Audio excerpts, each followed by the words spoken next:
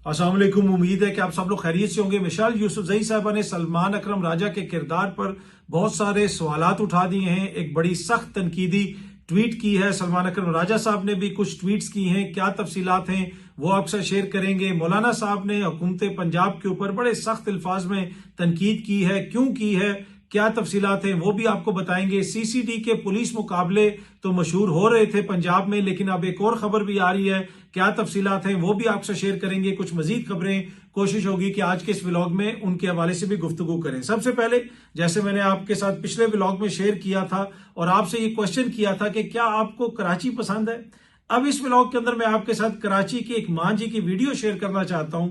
और उन मां जी को कौन पसंद है और ये कहां की वीडियो है, आप जरा खुद ही देखिए, फिर मैं मजीद तफसीलात आपसे शेयर करता हूं। मेरा बच्चा अल्लाह तुम्हें कामयाब करे अपने मिशन में। इमरान खान को रिहा करा दो। मैं कराची से आई हुई हूँ बेटा। मैं मंगल को भी आती हूँ, जुमेरात को भी आती हूँ। इमरान खान से नहीं मिलने दिया मुझे अभी तक बेटा। मैं जी हमें भी नहीं दिया।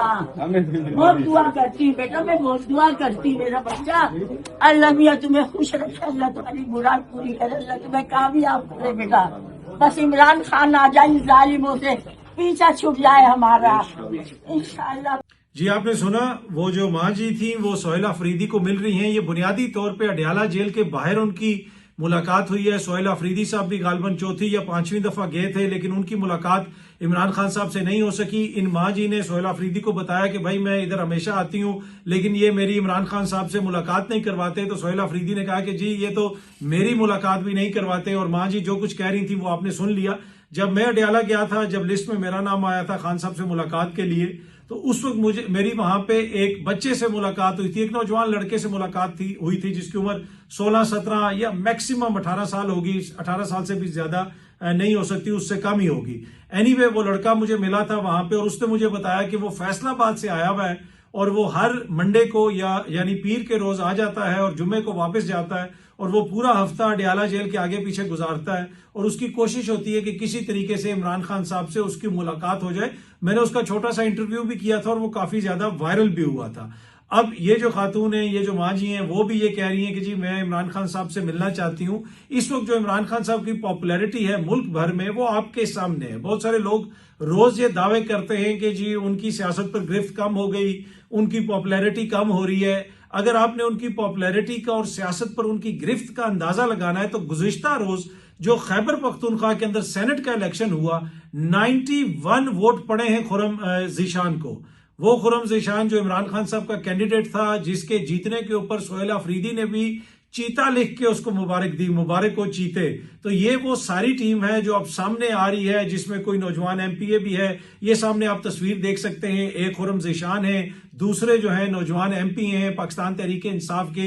ये सब लोग अब आगे आ रहे हैं। खान साहब इन लोगों को आगे लेके आ रहे हैं और एक जारियाना टीम लगता है ऐसा है कि खान साहब बना रहे हैं, जिसको लीड सोहेल खान अफरीदी कर रहे हैं। अब ये जो सब लोग सामने आ रहे हैं, चाहे खुर्रम ज़ीशान हो जाएं या शफी जान हो जाएं, ये नौजवान एमपी है, ये सारे लोग बड़ी जारियाना गुफ्तगू भी करते हैं। और जिस तरह मैंने अर्ज किया कि खान साहब अपनी अग्रेसिव टीम मैदान में लेके आ रहे हैं। जहां तक खान साहब की पॉपुलैरिटी का ताल्लुक है, जो मैंने बात शुरू की थी कि खुर्रम ज़ीशान को कल 91 वोट पड़ा है, एक भी वोट उसका कम नहीं हुआ। सोहेला अफरीदी साहब की आप मुलाकात नहीं करवा रहे। सोहेला अफरीदी के हवाले से कहा जा रहा है कि जी उसकी हुकूमत का खात्मा भी हो जाएगा, ये भी हो जाएगा, वो भी हो जाएगा, लेकिन जमीनी हकायक तो तब्दील नहीं हो रहे। जमीन पे हकायक ये हैं कि खैबर पख्तूनख्वा में इमरान खान साहब की जो सपोर्ट है, एक भी एमपीए इधर उधर नहीं हुआ। बहुत सारे दावे किए गए, बहुत सारी बातें की गई। अब बड़ा क्वेश्चन ये है कि जो पहले खैबर पख्तूनख्वा में सेनेट के इलेक्शन हुए थे, उसमें बैरिस्टर गौहर ने, दीगर लोगों ने, जो सारे अकाबरीन हैं, उन्होंने कोई फार्मूला क्यों बनाया था? क्यों पीडीएम यानी जो मुखालफीन हैं उनको क्यों वहां से नशिस्तें दी थी? वहां से तो ये ज्यादा सेनेट की सीटें जीत सकते थे, लेकिन उसके बावजूद वहां पे फार्मूला बनाया गया। वो उसकी वजह क्या थी? उसकी वजह यह थी कि खौफ था कि हमारे लोग टूट जाएंगे। वो जो प्रोपेगेंडा था ना कि जी 22 एफिडेविट हैं, एक फॉरवर्ड ब्लॉक बन चुका है, इस किस्म की बातें। अब जो टीम है वो कहते हैं जी जो बन रहा है फॉरवर्ड ब्लॉक बन जाए। जो 22 एफिडेविट हैं, जो साफी भी दावे करते हैं 21 नहीं जी 22 नहीं तो 23। अब वो जो 21 एफिडेविट वाले हैं उनका क्या करना है, उनको क्या मतलब ईद पे उनको सामने लेके आएंगे, क्या कब उनको सामने लेके आएंगे? यही तो मौके होते हैं जब उनको सामने लाया जाता है। लेकिन वो टीम अंडर प्रेशर आ गई, ये टीम अंडर प्रेशर नहीं आ रही और एक भी बंदा इनका नहीं टूटा। अब सोहेल खान अफरीदी साहब को वजीर आला बनाने में किस किस का किरदार था वो सबके सामने है। सलमान अकरम राजा जाके वहां पे कैसे बैठे, कौन से लोग थे जो जमात के अंदर से कह रहे थे कि पता नहीं क्यामत आ जाएगी, वफाकी हुकूमत गवर्नर राज लगा देगी, हमें सोहेल खान अफरीदी को आगे लेके नहीं चलना चाहिए, बड़ा मसला बन जाएगा। वो कौन सी शख्सियात थी? वो जमात के अंदर भी लोग थे। लेकिन सलमान अकरम राजा हो जाएं, जुनैद अकबर हो जाएं, असद कैसर साहब हो जाएं, आतिफ खान साहब हो जाएं, दीगर इनके जो दोस्त थे वो सब वहां पे खैबर पख्तूनख्वा में मौजूद थे। उधर हाई कोर्ट में भी गए, सलमान अकरम राजा साहब भी गए, दीगर लोग भी गए। सोहेल खान अफरीदी को ना सिर्फ वजीर आला बनवाया बल्कि उनका हलफ भी वहां पे गवर्नर से करवाया। लेकिन अब जो एक तनकीद हो रही है सलमान अकरम राजा साहब पे, वो मिसाल यूसुफजई साहिबा ने की है। उन्होंने एक ट्वीट किया और उसमें उन्होंने बुनियादी तौर पे जो सलमान अकरम राजा साहब ने एक ट्वीट की हुई थी उसके जवाब में उन्होंने ये तनकीद की है मिसाल यूसुफजई साहिबा ने। अब सलमान अकरम राजा साहब ने जो ट्वीट किया हुआ था वो ये है कि खान साहब ने जब सोहेल अफरीदी को वजीर आला नामजद किया तो बाज को सांप सूंघ गया। जो ही मुझे नजर आया कि खान साहब के फैसले को नाकाम बनाने की कोशिश की जा रही है तो मैं पेशावर पहुंचा। 5 दिन सियासी और वकालती जंग लड़ी। अल्लाह ताला ने खान साहब के फैसले की कबूलियत बख्शी। खान साहब ने मेरी तारीफ की। अच्छा, अब मिसाल यूसुफजई साहिबा ने ये जो ट्वीट की है सलमान अकरम राजा साहब ने, इसके अलावा उन्होंने कुछ और ट्वीट्स वगैरह भी की हैं। अच्छा जी, सलमान अकरम राजा साहब की इस ट्वीट के ऊपर और कुछ जो दीगर उन्होंने ट्वीट्स किए हैं उस पर मिसाल यूसुफजई साहिबा ने भी एक ट्वीट किया हुआ है और बड़ा लंबा ट्वीट किया है, क्वेश्चंस किए हैं सलमान अकरम राजा साहब से और बुनियादी तौर पे उनसे ये पूछा है कि भाई आपको खान साहब ने और हम सबको खान साहब ने रोका था कि एक दूसरे के ऊपर इस तरह तनकीद नहीं करनी सोशल मीडिया पर। आपसे मुंसलिक एक टोला मेरे ऊपर हमलावर है, पता नहीं वो मुझसे क्यों खौफजदा हैं, और सोहेल अफरीदी को वज़ीर आला बनाने में आपका क्या किरदार है? अगर आप पेशावर ना भी जाते तो फिर भी उसने बन जाना था, क्योंकि लोग वहां पे और वहां के जो एमपीएज हैं वो सब खान साहब की हुक्मदूली करने का सोच भी नहीं सकते। तो इस किस्म की तनकीद उन्होंने सलमान अकरम राजा पे की भी है। अब वो कौन लोग थे कि जो सोहेल अफरीदी का नाम सुन के जिनको तकलीफ हो गई थी? कुछ लोग तो ऐसे थे।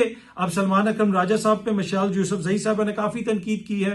कुछ तनकीद मिसाल यूसुफजई साहिबा पे इनकी अपनी जमात की तरफ से भी होती है। अब सलमान अकरम राजा को कभी जेल में जाने दिया जाता है, कभी नहीं जाने दिया जाता। मिसाल यूसुफजई का नाम ना भी हो तो उसको अंदर जाने दिया जाता है। मिसाल यूसुफजई साहिबा की कौन सी ऐसी कुर्बानी है, लोग पूछते हैं कि उनको फौरन सेनेटर बना दिया गया।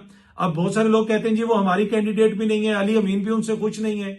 अब जमात के अंदर से लोगों से पूछो तो वो कहते हैं जनाब इस दफा तो बुशरा बीबी ने भी उनका नाम नहीं दिया और खान साहब ने भी उनका नाम नहीं दिया। जी बैरिस्टर गौर साहब उनके लिए बड़ी कंपेन कर रहे थे। अब ये सारी बातें सब लोग एक दूसरे के ऊपर इल्जाम लगाते रहते हैं। सलमान अकरम राजा साहब पे भी इल्जाम लगते रहते हैं। ये सारी चीजें एक दूसरे के साथ होती रहती हैं, लेकिन बात वही है कि एक दूसरे के ऊपर तनकीद हो रही है। ये सारे एक दूसरे के ऊपर तनकीद तो कर सकते हैं, लेकिन जो वोट है इमरान खान साहब का वो नहीं टूट सकता। वो आपने देख लिया कि खैबर पख्तूनख्वा में जो वोट है खान साहब का, या किसी और जगह पे जो वोट है, जो उनका एमएनए है, एमपी है, वो उनके साथ खड़ा हुआ है। लेकिन ये क्वेश्चन जरूर है कि कुछ लोगों को कैसे एक्सेस मिल जाता है जेल के अंदर, कैसे वो चले जाते हैं। फिर मेरिट की बात भी होती है। सलमान अकरम राजा के पास तो ना कोई सेनेटरशिप है। अब मिसाल यूसुफजई साहिबा नई भी हैं जमात के अंदर, उनको कैसे सेनेटरशिप मिल गई? ये वो क्वेश्चन हैं जो पीटीआई के बड़े बड़े लीडरान हमारे सामने करते हैं, सहाफियों से शेयर करते हैं और मुख्तलिफ इल्जामात भी लगाते हैं कि जनाब ये हो गया, वो हो गया, काबीना से इनको निकाला गया, ये सारी चीजें करते हैं। लेकिन भाई उनको नून लीग ने तो वोट नहीं दिया ना। मिसाल यूसुफजई साहिबा को नून लीग ने तो नहीं बनाया, पीटीआई ने खुद बनाया है। अगर कोई इशू है तो आप ना बनाए उनको। आपने सानिया निश्तर को जब उन्होंने अपना इस्तीफा दिया, कहां पे सानिया निश्तर, कहां पे वो मेरिट? आप टेक्नोक्रेट के ऊपर उनको लेके आए हैं जिनके हवाले से एक मौके पे खबर आई कि उनका तो वो जो वकालत का लाइसेंस है वो ही रिन्यू नहीं हुआ। ये खबरें भी आती रही और ये भी पीटीआई के अंदर से ही बहुत सारे लोग देते रहे, फिर मुख्तलिफ इल्जामात लगाते रहे। और मिसाल यूसुफजई साहिबा खुद भी ये गिला शिकवा करती रही हैं कि मुझ पे इल्जाम लगते रहे। कभी गाड़ी चोरी का इल्जाम लगता रहा कि जी वो कोई काबीना की गाड़ी ले गई है, तो कभी इस चीज का, कभी उस चीज का। तो ये सारी जमात के अंदर से इल्जामात लगते रहे, लेकिन वोट पीपल्स पार्टी ने तो नहीं दिया, वोट तो इन लोगों ने खुद ही दिया है। पर एनीवे, जमात के अंदर जो इख्तलाफात हैं वो खुल के सामने आ रहे हैं। और मिसाल यूसुफजई साहिबा ने जिस तरीके से सलमान अकरम राजा साहब के ऊपर तनकीद की है, उससे बिल्कुल वाज़ेह है के 2-3 धड़े बने हुए हैं, लेकिन मिशाल यूसुफजई साहबा बड़ी खुशकिस्मत हैं जिनके हवाले से हर बंदा ये कहता है कि वो हमारी कैंडिडेट नहीं है, लेकिन उसके बावजूद वो सेनेटर भी बन गई हैं और उनको जेल में भी जाने दिया जाता है। शायद इस वजह से भी लोग उनसे जेलस होते होंगे जमात के अंदर, लेकिन ये जमात की पॉलिटिक्स है, हम इस पे क्या कह सकते हैं। अब जो खैबर पख्तूनख्वा में पाकिस्तान तहरीक इंसाफ की पॉलिटिक्स हो रही है उसके ऊपर तनकीद भी हुकूमती दोस्त बहुत ज्यादा करते हैं। अब आप ये सामने तस्वीर देखें, ये तहरीक इंसाफ की पॉलिटिक्स देखें, बीच में पाकिस्तान तहरीक इंसाफ के स्पीकर बैठे हुए हैं खैबर पख्तूनख्वा असेंबली के, एक तरफ लीडर ऑफ द ऑपोजिशन बैठे हुए हैं जनाब, दूसरी तरफ वज़ीर आला बैठे हुए हैं। अब क्या आप सोच सकते हैं कि कौमी असेंबली में भी ऐसा हो, पंजाब की असेंबली में भी ऐसा हो? यहां पे देखें ना, अमनो अमान के हवाले से गुफ्तगू हुई, मीटिंग हुई, एक तरफ ऑपोजिशन लीडर को बैठाया गया, एक तरफ वज़ीर आला को बैठाया गया, बीच में स्पीकर बैठा।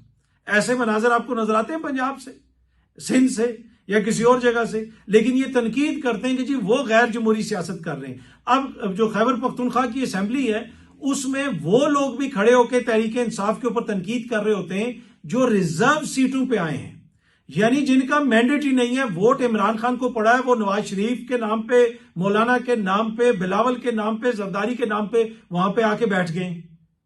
वोट इमरान खान को पड़ा है, इमरान खान के वोटों के ऊपर खैरात इनको मैंडेट की मिल गई है और उनको शर्म भी नहीं आती, वो खड़े होकर तहरीक इंसाफ के ऊपर तनकीद करते हैं। भाई हमें कोई शादी पे ना बुलाए तो हम नहीं जाते कि भाई हमारी ये गैरत गवारा नहीं करती कि हमें किसी ने नहीं बुलाया, हम क्यों वहां पे जाएं जब हमें किसी ने बुलाया ही नहीं। ये किस किस्म के लोग होंगे कि जिनको वोट नहीं पड़ा लेकिन उसके बावजूद जाके ये रिजर्व सीटें लेके बैठ गए, और इनको भी पता है ये हमारा मैंडेट नहीं है, आपस में बांट ली है। एक सीट तो टॉस से बांटी गई है जिसके ऊपर एक जमात ने कहा नहीं भाई टॉस करने की जरूरत नहीं है, तुम ले लो, और दूसरे ने कहा देखा ये होती है असल जमहूरी सोच। आप इनके कॉन्फिडेंस का अंदाजा लगाएं। कॉन्फिडेंस का लफ्ज हम मुतबादिल यूज करते हैं कोर लफ्ज के लिए, वो जो लोग पुराने व्लॉग सुनते रहते हैं उनको पता है, पर एनीवे आप इन सारी चीजों का अंदाजा लगाएं इनके हवाले से कि ये उसी असेंबली में खड़े होके जिनके वोटों के ऊपर ये आके बैठे हुए हैं, जिनका मैंडेट चोरी करके ये बैठे हुए हैं, ये उनके ऊपर तनकीद करते हैं। लेकिन फिर भी आप पॉलिटिक्स देख लें, वहां पे एक तरफ अपोजिशन लीडर भी है, दूसरी तरफ वज़ीर आला भी है, बीच में स्पीकर भी है, तो ये वहां पे पॉलिटिक्स हो रही है। क्या इस पे तनकीद करनी चाहिए या इसको अप्रिशिएट करना चाहिए? जो नेशनल साइबर क्राइम एजेंसी के एक अफसर लापता हुए थे, डिप्टी डायरेक्टर उस्मान साहब, अब वो बाजियाब हो गए, वो सामने आ गए। उन्होंने तहरीरी बयान दिया कि भाई वो खुद छुपे हुए थे कहीं, क्योंकि उनके साथियों के खिलाफ तहकीकात हो रही थी तो वो डर के छुप गए थे, और अब जब उनको पेश किया गया, जब उनकी गिरफ्तारी डाली गई है, तब ही वो चीजें सारी जाहिर हुई हैं। माजी में दीगर लोगों के साथ भी होता था, सम टाइम FIA के ऊपर भी ये इल्जाम लगता था, इस तरह की जो कानून नाफिज करने वाली जो एजेंसियां हैं, इदारे, उनके ऊपर ये इल्जाम लगता था, इन अफसरान के ऊपर इस किस्म के इल्जाम लगते थे। लेकिन अब वो खुद अफसर साहब गायब हुए हैं और जब वो सामने आए वो बता रहे हैं कि भाई मैं खुद छुपा हुआ था, ऐसी कोई बात नहीं है। दूसरी जानिब पंजाब हुकूमत का एक और इदारा CCD, उसके ऊपर बहुत ज्यादा तनकीद हो रही है। जो मुबैना पुलिस मुकाबले हो रहे हैं उसके हवाले से human rights commission of Pakistan ने एक रिपोर्ट जारी की कि 500 से ज्यादा ये अब तक मुकाबले कर चुके हैं, 600 से ज्यादा लोगों को मार चुके हैं। उसमें बहुत सारे लोगों का ये कहना है कि कुछ मुकाबले जो है वो मुबैना तौर पे जाली पुलिस मुकाबले हैं, तो काफी ज्यादा तनकीद हो रही है। लेकिन अब एक और खबर भी CCD के हवाले से आई और लोग यही कह रहे थे कि जब आप इस किस्म की मुबैना लाकानूनियत का इजाजत देंगे, आप कहेंगे कि जी ये तो सिर्फ हार्डकोर क्रिमिनल्स के खिलाफ इस तरह होता है, लेकिन फिर जो इस तरह के लोग हैं जो इस तरह की कार्रवाइयां करते हैं, चाहे वो जो नेशनल साइबर क्राइम एजेंसी में से वाबस्ता लोग हों या CCD से वाबस्ता हों, वो 35 काम अगर आपके कहने पे करेंगे तो 2-4 बीच में फिर वो अपना भी तड़का लगाएंगे। और अब CCD के हवाले से ये खबर आ रही है कि लाहौर के अंदर उन्होंने एक बिजनेसमैन को अगवा किया और फिर उससे पैसे डिमांड किए। ये सामने आप देख सकते हैं, ये ARY भी रिपोर्ट कर रहा है, मोहसिन नकवी साहब का अपना चैनल भी रिपोर्ट कर रहा है, और फिर उन लोगों से पैसे मांगे। इसी हवाले से कानूनदान है मियां दाऊद साहब, जो वकील भी हैं बहुत सारे इंपॉर्टेंट केसेस में, जजेस के खिलाफ जो पिटीशन वगैरह होती हैं, जो सुप्रीम जुडिशल काउंसिल में मामला चलते हैं, उनमें से कुछ मामला के अंदर भी ये वकील हैं। इमरान खान साहब के ऊपर जिस शख्स ने गोलियां चलाई थी उसके भी ये वकील हैं। ये कोई PTI के या किसी एक सियासी जमात के कोई ये नहीं है कि मुखालिफ हैं या किसी के हक में है, वो एक लॉयर हैं और वो अपनी राय रखते हैं, अपनी राय का इजहार भी करते रहते हैं। CCD के हवाले से मियां दाऊद साहब ने भी एक ट्वीट किया हुआ है कि हमारी प्यारी नालायक आला मोहतरमा मरियम नवाज साहिबा की पॉलिसियां इतनी कामयाब हो रही हैं कि पंजाब के बदकिस्मत अवाम पर तारीख के बदतरीन मुजालिम के सरकारी सबूत सरेआम सड़कों पर दंदनाते फिर रहे हैं, लेकिन कोई पुरसाने हाल नहीं। हाय पंजाब के बदकिस्मत अवाम। और नीचे वो सीसीडी का जिक्र है कि 5 करोड़ का तावान मांगा, सीसीडी एहलकारों ने शहरी को अगवा किया, 40 लाख में डील डन की। और ये वही खबर है जिसको ARY भी रिपोर्ट कर रहा है, मोहसिन नकवी साहब का चैनल भी रिपोर्ट कर रहा है।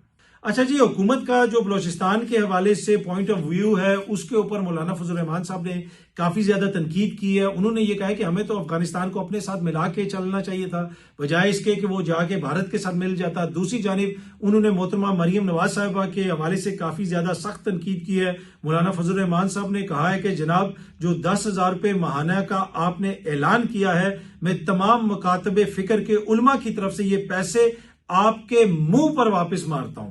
ये मौलाना साहब ने कहा है कि भाई हमें इन पैसों की जरूरत। तो काफी सख्त अल्फाज में उन्होंने पंजाब की वज़ीर आला के ऊपर तनकीद की है। वैसे काफी उलमा इकराम पंजाब की वज़ीर आला से मिलने भी गए थे, बड़े बड़े जय्यद उसमें उलमा थे, वो तो वहां पे बैठे हुए थे और मरियम बीबी से उनकी गुफ्तगू वगैरह भी होती रही। उधर तो किसी ने कोई इख्तलाफ नहीं किया। पर एनीवे, मौलाना साहब ने यह कहा है कि तमाम मुकातबे फिक्र के उलमा की जानिब से मैं ये जो पैसे हैं पंजाब हुकूमत के वापस आपके मुंह पे मारता हूं। बहुत जल्दी आप सब दोस्तों से दोबारा मुलाकात होगी। Thank you very much.